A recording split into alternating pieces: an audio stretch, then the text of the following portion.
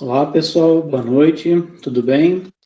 Então, hoje, né, teremos aí novamente outra atividade do PET, né, que é o seminário, os seminários do PET. E hoje quem vai apresentar é o aluno Vitor Dourado, né, cujo seu tema é matemática e cinema, né? Então, Vitor, fique à vontade para fazer a sua apresentação. Bom, pessoal, olá. Como o professor me apresentou, eu sou o Victor. E este trabalho, Matemática e Cinema, ele tem a orientação do professor Rafael Peixoto e da professora Vanessa de Paula Sintra. Aqui eu vou trazer algumas interpretações em meio a uma variedade de produções. Conforme eu for demonstrando as informações, a nossa pesquisa ela vai ficar mais delimitada e vocês vão entender apropriadamente sobre o que se trata esse tema, matemática e cinema. Bom, existe sempre uma variedade de temas a serem explorados, né, antes da gente adentrar aqui no assunto a ser tratado.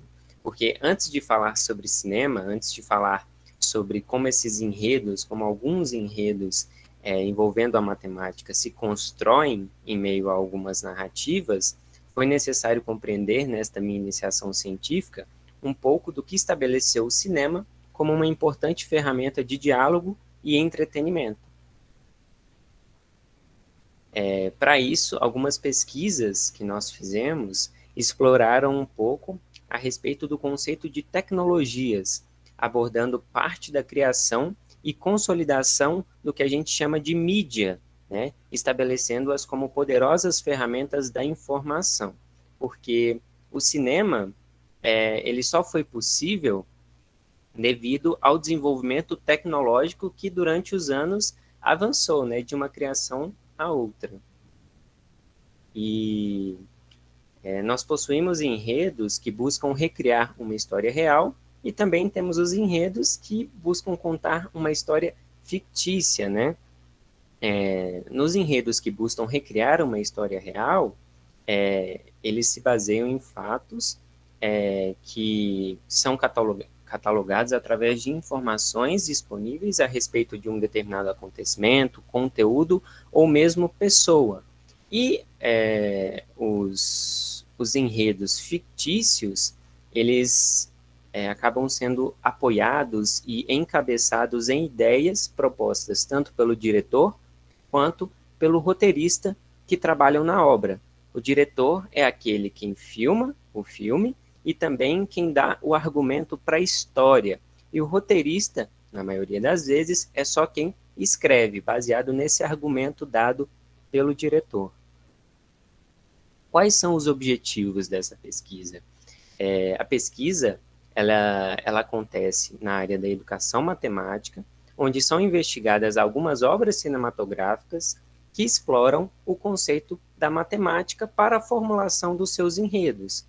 Como finalidade, a busca pretende encontrar as relações travadas entre a matemática e determinadas produções do cinema mundial. Essas determinadas produções, elas acabam sendo lançadas, né, num determinado período de tempo. Então, a gente delimitou um período de tempo e começou a pesquisar a partir daí. De início, nós buscamos nos apoiar nos autores Vanicensky, Marcelo Borba e Romélia Mara Alves Souto. Inclusive, essa terceira, a Romélia, ela tem um livro muito interessante que trata muito sobre isso, né, sobre a matemática e as relações que ela tem com o cinema. Nos apoiamos numa pesquisa qualitativa para o desenvolvimento deste trabalho, e como anteriormente mencionado, nós inicialmente buscamos compreender a origem das tecnologias, das mídias e de outras ferramentas que auxiliaram no desenvolvimento do cinema. Esta é uma pesquisa que ainda está em andamento, então há muito ainda a se pesquisar, a se discutir e a se escrever. Antes de selecionarmos as obras, né, a serem analisadas, nós buscamos compreender e perceber que existem algumas particularidades, e essas particularidades, elas se dividem em 3 vieses. Nós temos as produções que falam sobre matemáticos, as produções que falam da matemática e também as produções que possuem a matemática como ferramenta narrativa, né, utilizando-se de enigmas e de raciocínio lógico para a solução e para o desenvolvimento da trama que ela apresenta.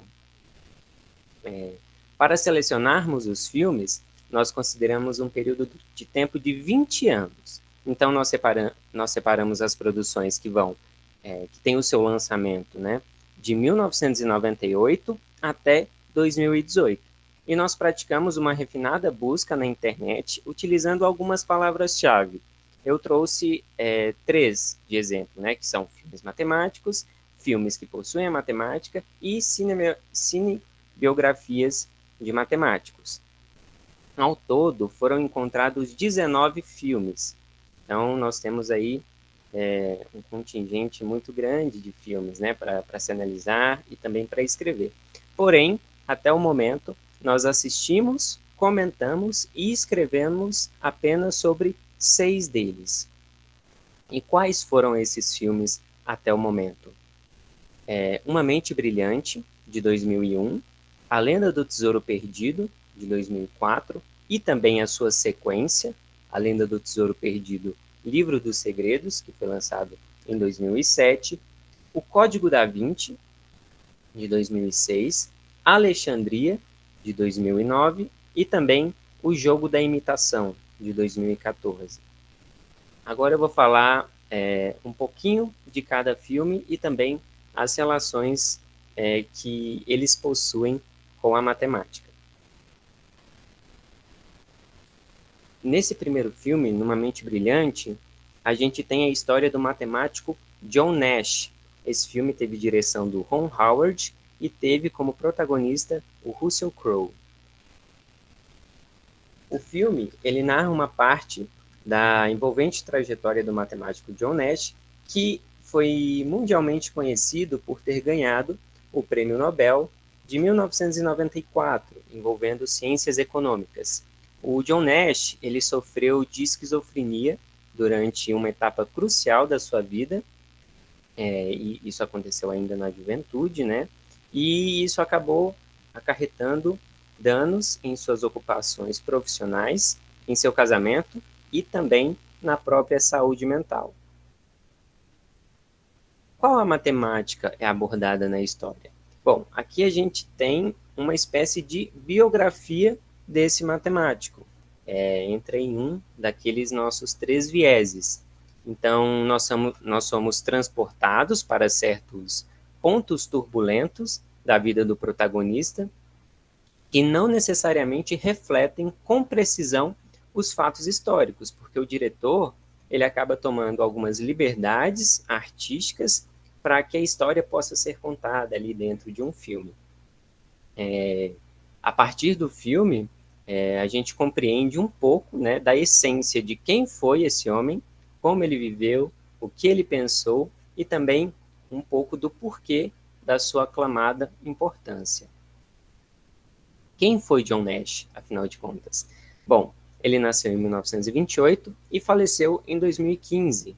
Ele fez graduação e mestrado em matemática pela Universidade de Carnegie Mellon, e ele também serviu durante um tempo na Marinha dos Estados Unidos. Esse serviço prestado à Marinha dos Estados Unidos deu a ele uma bolsa na Universidade de Princeton, que foi a universidade onde ele fez o seu doutorado. Posteriormente, ele também foi professor na Universidade de Princeton e também no Laboratório de Defesa Wheeler. Ele sofria de esquizofrenia e ele ficou mundialmente conhecido pelas suas contribuições na teoria dos jogos e também na formulação do equilíbrio de Nash, que é uma parte ligada à teoria dos jogos. Vou falar um pouquinho agora a respeito tanto da teoria dos jogos quanto do equilíbrio de Nash. A teoria dos jogos é um ramo da matemática aplicada e da economia, cujo objetivo consiste numa análise de situações estratégicas a respeito da conduta dos envolvidos, também conhecidos como jogadores, estudando suas condutas na expectativa na expectativa dos seus comportamentos.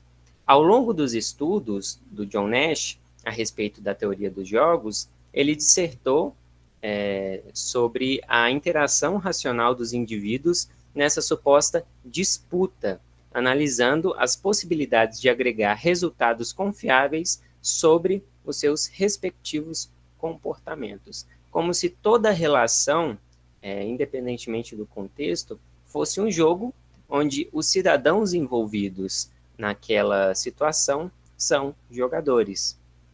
A partir da teoria dos jogos, ele fundamentou o equilíbrio de Nash. Como seria possível existir uma competição onde um adversário nem sempre saísse vitorioso, né? E também existindo um adversário que sairia com a derrota.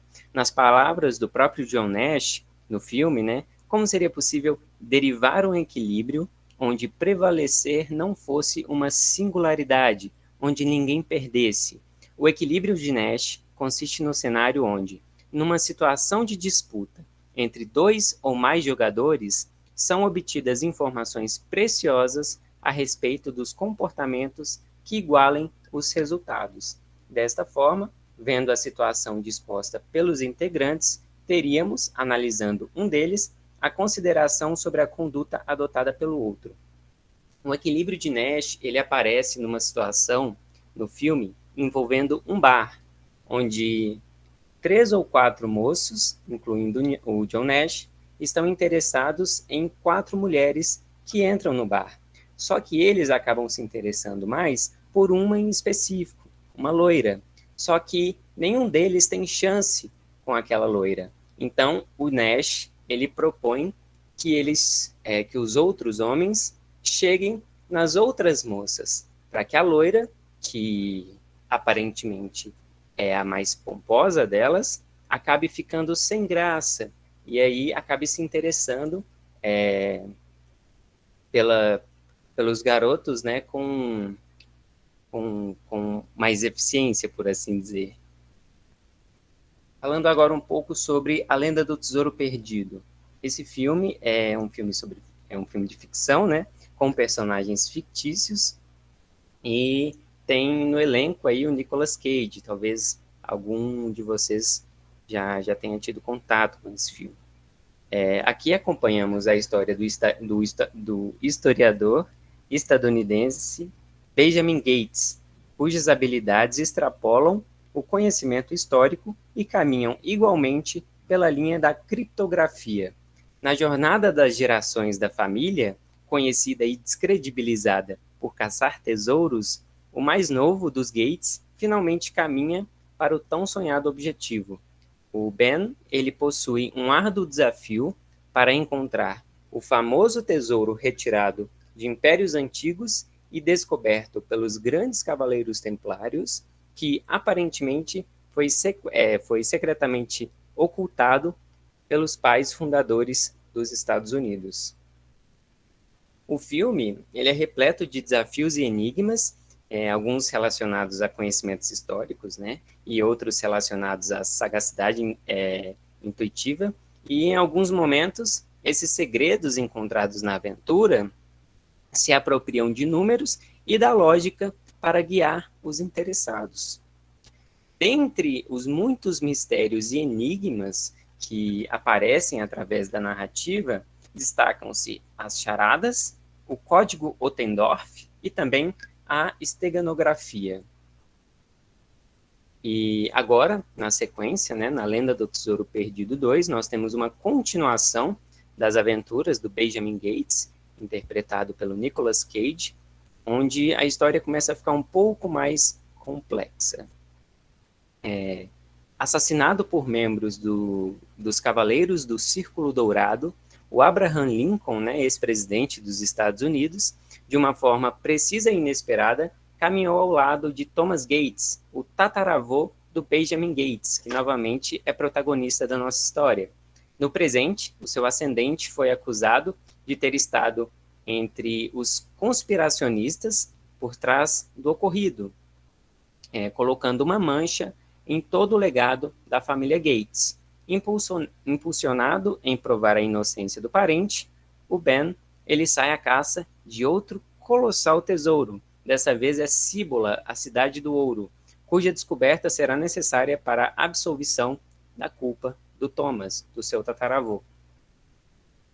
Nesse novo capítulo, a gente também tem vários desafios, né, bem empolgantes, e dentre eles estão o conhecimento histórico, né, novamente aqui aparecendo, principalmente por parte do protagonista, do personagem interpretado pelo Nicolas Cage, enquanto também a gente tem a presença de uma grande capacidade cognitiva por parte dos personagens, né, em passarem e concluírem tarefas reflexivas, né, até mesmo as mais difíceis. Então, o raciocínio lógico aqui, ele ganha destaque com mais frequência.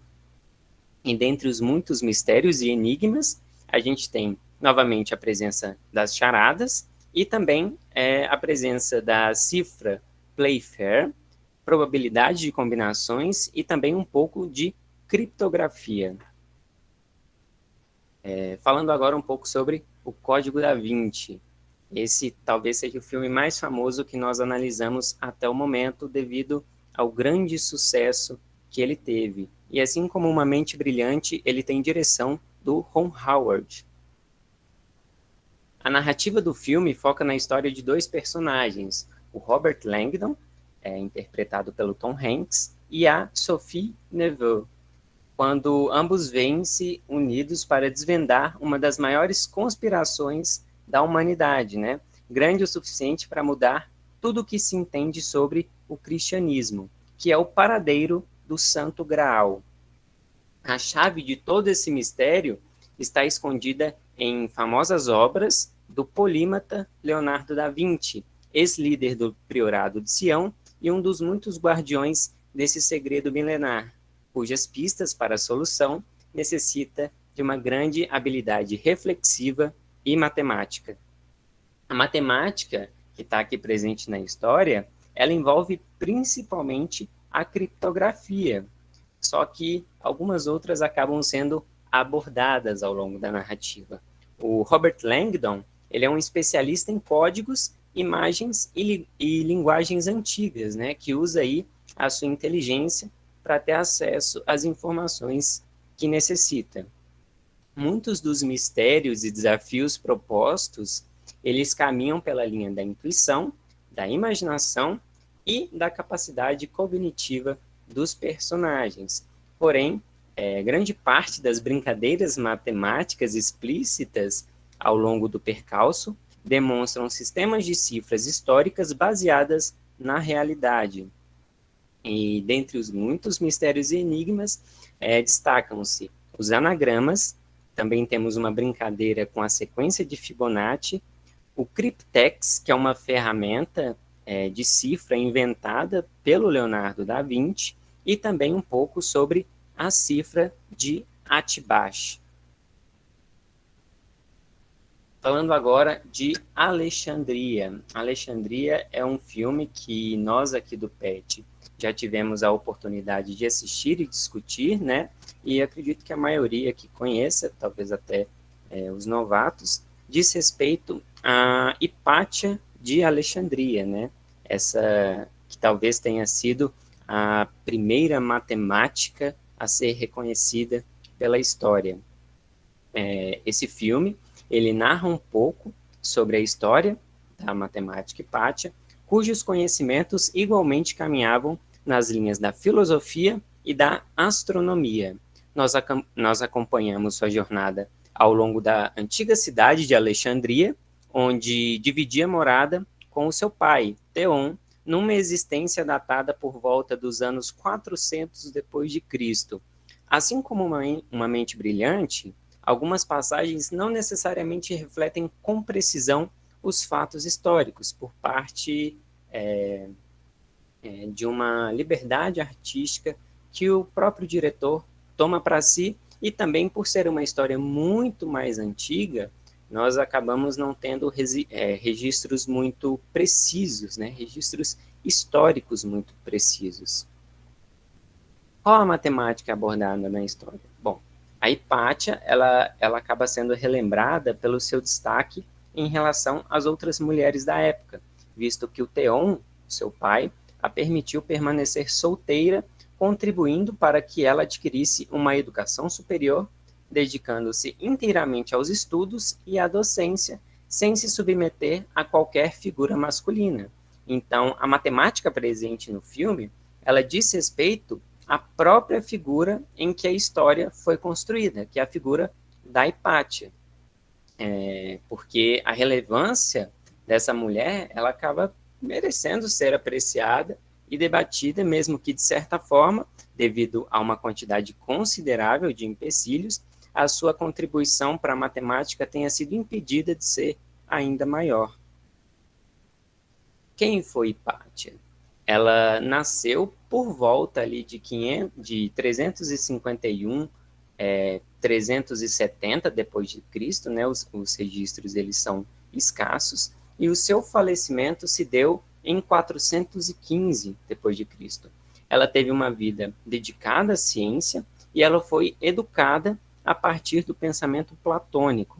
Ela foi estudiosa de matemática, filosofia, artes, dizem que foi estudiosa também de poesia e de astronomia. E teceu vários comentários sobre aritmética do Diofanto, o Almagesto de Ptolomeu, as secções cônicas de Apolônio e, junto ao pai, teceu alguns comentários sobre os elementos de Euclides. Falando agora do nosso último filme, que eu vou trazer aqui, que é O Jogo da Imitação.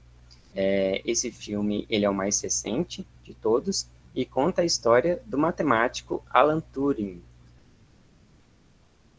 Então, o filme vai narrar um pouco da história do Alan Turing durante a sua jornada para decifrar os códigos da máquina alemã Enigma, que foi uma ferramenta do exército alemão utilizada na Segunda Guerra Mundial para comunicações secretas entre os líderes estrategistas e os soldados. A Enigma, ela foi desenvolvida em 1918 por um alemão e ela era bem parecida com uma máquina de datilografia, né, devido ao seu teclado familiar. Ela não era uma ferramenta de difícil manuseio, muito pelo contrário, né? A sua facilidade fez com que o exército alemão rapidamente se acostumasse com as suas funções, e ela era, além de simples aos detentores dos seus segredos, muito confiável, segura e portátil. E as suas combinações funcionavam por uma cifra de substituição, como a cifra de César, que é uma das cifras mais conhecidas e mais básicas que existem, porém com um requinte um pouco mais complexo. Vou falar um pouquinho, bem rapidinho, das suas definições. Essa máquina, a qual eu trago uma foto, ela tinha entre 3 e 5 rotores, e todos esses rotores, eles possuíam 26 posições, junto a um painel de pares de plugs elétricos. Com 3 rotores, ou seja, a máquina mais simples, a Enigma gerava exatas 17.576 combinações possíveis. Esse número é alcançado quando a gente eleva o número 26 ao cubo. Os rotores, somados à combinação dos plugs dispostos, esses pares de plugs, geravam cerca de 1 sextilhão de possibilidades. Então, para a Alemanha, era muito cômodo a utilização da máquina, porque era praticamente impossível, os próprios alemães tratavam como impossível qualquer pessoa que não tivesse o código, né, o livro nazista, decifrar esses códigos, né, que eles utilizavam para se comunicarem. E como que essa máquina acabou sendo decifrada, né? Como as mensagens acabaram sendo decifradas? Com a invenção de uma máquina chamada a bomba. A bomba, ela foi uma invenção do Alan Turing, e ela nada mais era do que uma coleção de máquinas Enigma, né? Uma coleção de máquinas que funcionavam, tais como as máquinas Enigma, se comportando, né, como se trabalhassem em conjunto. Dessa forma, ela funcionava de uma maneira semelhante à ferramenta alemã, porém, ela se limitava apenas a decifrar os códigos e não a cifrá-los. No filme em questão, essa máquina ela acaba recebendo o nome de Christopher. Esse não era o nome na vida real, né? O nome na vida real era a bomba, mas no filme o nome Christopher ele tem uma relação muito grande com a história que nos é contada, né? Com a história do protagonista, porque reflete uma figura muito importante na vida dele. Trago aqui também uma pequena foto da bomba, uma pequena foto para uma máquina bem grande. Essa máquina era gigantesca, ela tomava conta quase de um cômodo, e depois de um determinado tempo, foram descobertas algumas falhas na utilização da Enigma. Os soldados do eixo, eles sempre escreviam as mensagens de uma maneira formal, identificando o destinatário, falando sobre as condições climáticas e também finalizando com a saudação tão conhecida a Hitler, né, o famoso Heil Hitler. Todos esses detalhes fizeram com que o Alan Turing conseguisse decifrar as mensagens com a bomba. Por quê? Como que funcionava a cifragem da Enigma? Existia um livrinho, que era um livrinho nazista, com a posição tanto dos rotores para iniciar a cifra da mensagem, como também a posição dos pares de plugs no painel elétrico da Enigma. Então, a bomba, ela meio que, se ela tentasse decifrar a mensagem a partir de inúmeras combinações, eles não conseguiriam decifrar as mensagens a tempo, porque as mensagens elas duravam 24 horas. A partir da meia-noite, eles trocavam a configuração da máquina e aí as mensagens acabavam sendo passadas por outra combinação. Então, se eles descobrissem o código, ele só duraria ali 24 horas ou menos, né, dependendo da hora que eles descobrissem. Então, trabalhando com 1 sextilhão de possibilidades, seria inútil tentar desvendar esses códigos. E durante muito tempo foi inútil. A partir dessas particularidades, né, vendo que as mensagens falavam das condições climáticas, terminavam sempre da mesma forma, o Alan Turing conseguiu decifrar a bomba, ela conseguia decifrar as mensagens da Enigma com segundos. Isso fez com que os aliados ficassem um passo à frente do eixo, porque eles previam os ataques. E aí eles tinham que escolher, né, entre evitar que certas catástrofes acontecessem ou não evitar, porque eles não poderiam ser descobertos, porque se eles fossem descobertos, os alemães trocariam a Enigma e aí todo o processo aconteceria de novo, talvez de uma maneira ainda mais complicada. Bom, pessoal, por enquanto é isso. Essa é uma pesquisa, como mencionado, que ainda está em andamento e essas são as referências utilizadas até o momento, do Borba, da Kensky e também da Romélia Souto.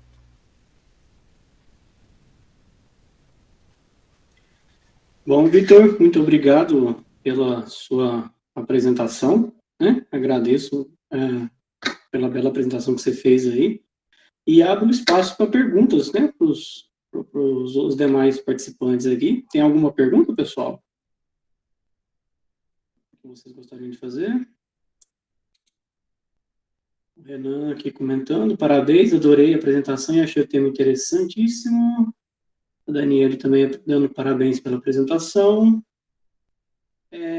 Eu tenho uma pergunta, Vitor, que agora assim, eu não estou me recordando, né, das nossas conversas aí, mas por que a gente pegou mesmo de 98? Assim, eu lembro que é um prazo de 20 anos, mas por que a gente pegou de 98 a 18? Qual foi Bom, essa foi uma ideia dada por mim, porque nós tivemos poucos filmes produzidos no ano de 2020, né, 2019, 2020, e acredito que nesse espaço de tempo, de 20 anos, de 98 até 2018, a gente tem um contingente maior de produções para a gente estar assistindo, discutindo e De escrevendo. 18, assim, mas de 98 a 2000 tinha mais...